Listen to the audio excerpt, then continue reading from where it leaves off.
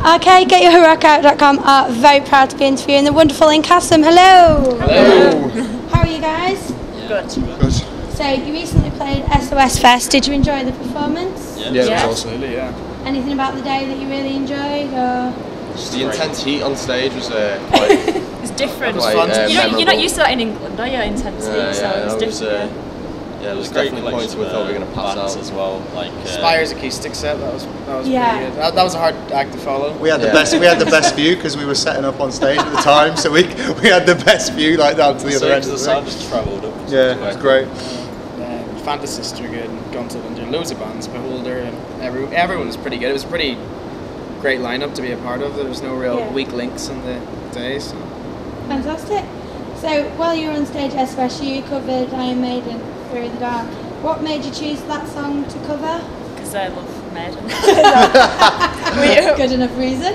Yeah. I think it's just the right side of cheesy and just the right side of not been done too many times. I know it's been done before, but they've all been done before to some extent. I think everyone knows it. Yeah, I think that was the key. I think it's one that everyone can sing along to, isn't it? So Key to do a Maiden song that's get the not crowd been killed. involved.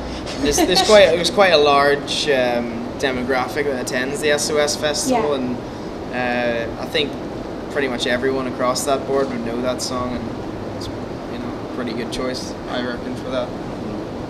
So 2011 was a very, very busy year for you guys. Is 2012 shaping up to be just as busy? Yeah.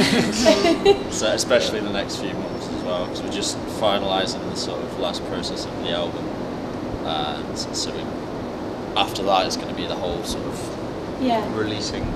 We've just recorded a new video as well, so that was on last weekend that we were working on that. So it'll be like a bigger company, and when we're going to get a release date for the album sorted, and when that's finally done, we'll do like a joint release with the album and the video on like one. Yeah, more ammunition the better, I guess. So, a question for Charlene. When did you discover that you could sing like you do? And how you do as well? Okay, I was about 15. I sat in my friend's living room, and one of my friends was very drunk. She was like, "Can you do this?" and started growling. So I was like, "I'll have a go." And then we all just started doing it, and it turned out that I was quite good at it. And then when I got to uni, I always used to sing rock, really. I never used to sing metal that much. It was just messing about when I was younger. And then when I got to uni, these guys like come and audition. I thought, well, I can do that. And I went in and sang a Stone Sour song to audition for them, and then the rest is history. That was that. I joined. So where do you all draw your influences from musically? So many, everybody asks us, it's just so many different I think because we are all in a multitude of different things. We have strands that are common to like all of us, like we all like Maiden, but then there's like everyone has their little offshoots into different bits and pieces, so it's mass multitude. And when everyone asks us this question, it's always so like hard, how to name. I end up naming like 26 bands. mix of flavours, isn't it? Ultimately, I'm gonna Were say you all quite varied then? Yeah, I mean, like, we always, like Joe said, we have common like favourites, but we also are into all the other stuff. I mean, I'm sure there's some stuff that I listen to that someone else in the band would be like, that's bollocks, or, like vice versa, but I think that provides a bit of I think that provides a bit of diversity within our own music. We don't set out to try and sound like any one band. We just kind of come in and this sounds cool, and then see where it goes, Cool. So you mentioned your new album before. Tell us a bit more about that album. It's been a pain in the arse so far, but it's sounding absolutely amazing. Can't wait for everyone to hear it. And it's been the better part of a year and a half. Right. I mean, the recording. I went into the studio doing drums a year ago, and obviously with a couple of like a lineup change, a couple of delays. We had the tour, and we're just excited for people to hear it. I think that's what it's 12 tracks, and it's a bit of a mixture, isn't it? There's some melodic stuff, some really heavy stuff. It's definitely stuff for everybody to get into, like metal fans, maybe a bit more, the sort of heavier end of the spectrum, like the death metal guys. Then some more of the groove metal guys might be into it because there's certain parts, and it's just got a shitload of stuff for everyone. It's such a big step forward from the last album EP as well. Like it feels like a complete album. I think we would deliberating like EP album on the old one. It was just a sort of small scale album, but this is like first time we sort of had a complete collection of songs on one album. Like I think we were happy with all the songs as well, as opposed like to have just chucking some on for no reason. I think we thought to quite a degree about what gets on the album, what's left off, and whatnot. So tell us a bit more about your creative process when it comes to writing and creating songs. Music first, lyrics first, same time? Varies, to be honest. Right. I think if we've got a song idea, that gets brought to the table, like especially like a skeleton song. Then once we sort of get the initial idea, everyone puts their own parts to it. You know, like I might bring a riff that these guys will go, yeah, I'm gonna put this over it. They might come with a pattern and say, try this, and just put our own little spin on it. Yeah, I think every song on the record really has kind of been created and composed and arranged in differing ways. There's no one formula that we use to create songs, really. You know, some songs just kind of go in the practice room and then 3 days later they're pretty much done. Some songs require a lot more kind of polish to get to that stage, and you know, it's just a I think ride. it's usually the lyrics go on last, really. I usually listen to a riff, and then after I've listened to it I'll come up with an idea usually. Sometimes I have a set lyrics I think will go really well with a song, and then but it's generally the vocals are always on, like the last thing to do. I always wait around until it's done.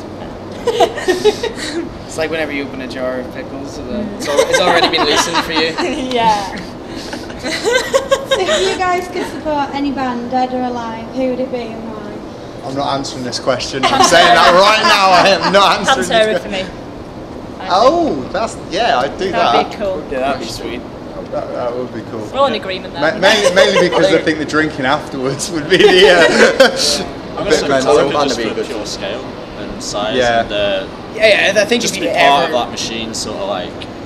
I mean, they'd probably be dicks. We don't know. now we're never supporting them. Yeah, it's done. They wouldn't give you any beer. That's it. Until they can spare it. None of them Fuck it, drink they anymore, can't do touch they? beer. They're all rehab like. So last weekend you shot your new video, didn't you? Yeah. So how did that go? And can you tell us a bit more about the video? It was good. I mean, on the Friday, it was just mainly the band. We filmed like a gig scene with a crowd, and it was just each band member really that they were taking the pictures of and filming. And then on the Saturday, it was more of a storyline. We had 4 people, 2 actresses and 2 actors in the storyline. So I don't really give too much away about it, but there is a bit of a storyline going on. Yeah, we went with director Steve Hooker again, who did the first video, and he's got some good ideas. It's going to be really good video. Yeah. Cool. So have you found any attitude towards the band being female fronted, and do you think it makes it harder for you to prove yourself as being a great band? No, I think in some ways some people, I mean, you've got these people who are kind of like, we don't like female fronted and that's that. And people say that to me sometimes, and I just think, I don't know. I mean, I think you take each band, it's not really, I'm not going to like to bang because female fronted and walk out the room. I think there is some people like that, but I think it helps to an extent as well. I think it's easy to pigeonhole female fronted into the theatrical and sort of like the Nightwish vision and all that. Which is fine, but I think there's a lot more bands where like the actual female vocalist is like providing a lot more dynamics to the music. I think in our case it's it's quite brutal with the clean melody as well, but I wouldn't say the music was theatrical necessarily, or I wouldn't lump us in with that kind of no.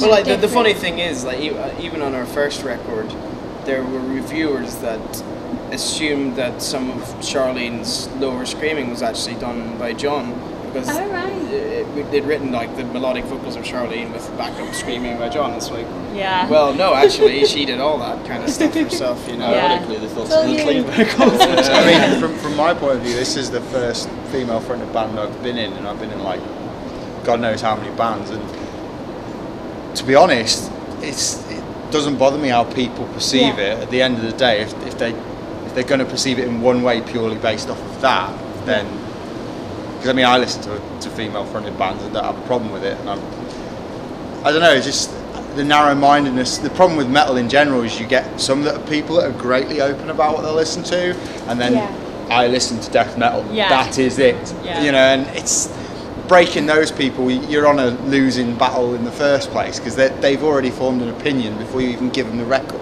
Yeah. So I suppose it's a difficult one, but I don't think it affects us in any way. No, like I say, I think sometimes it helps because I mean, there's been so many gigs where I've been the only girl on stage all night, and in that case, you know, I think that you remember you was all the one with the female singer, and so it can come to a bit of an advantage because people recognise your face a bit more. Because generally, they just see men on stage all night long. So when it's a girl, That band with the guy with long hair and a beard and a black T-shirt. yeah.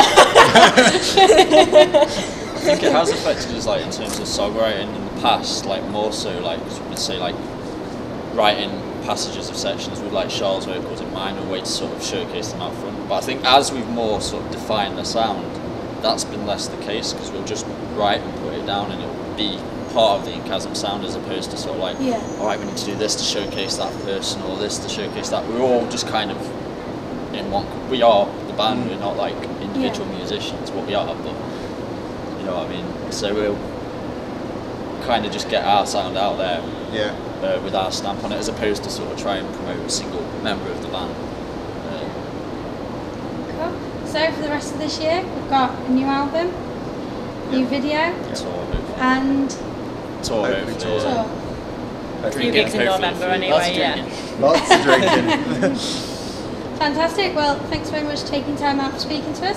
I will look forward to seeing you on stage later. Thank you. Thank you. Take care.